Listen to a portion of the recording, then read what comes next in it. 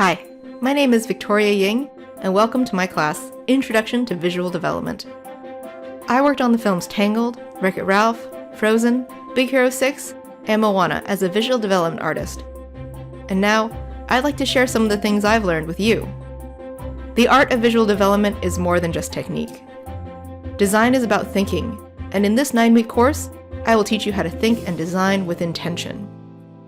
As artists, our primary goal is visual communication.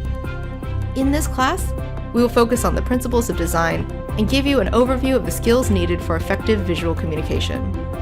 I will cover the basics of design thinking, character design, color theory, perspective, and will share tips and techniques that I use personally in my own work. I hope you'll join me on this journey. I'm excited to share my process and my work with you. See you soon on schoolism.com.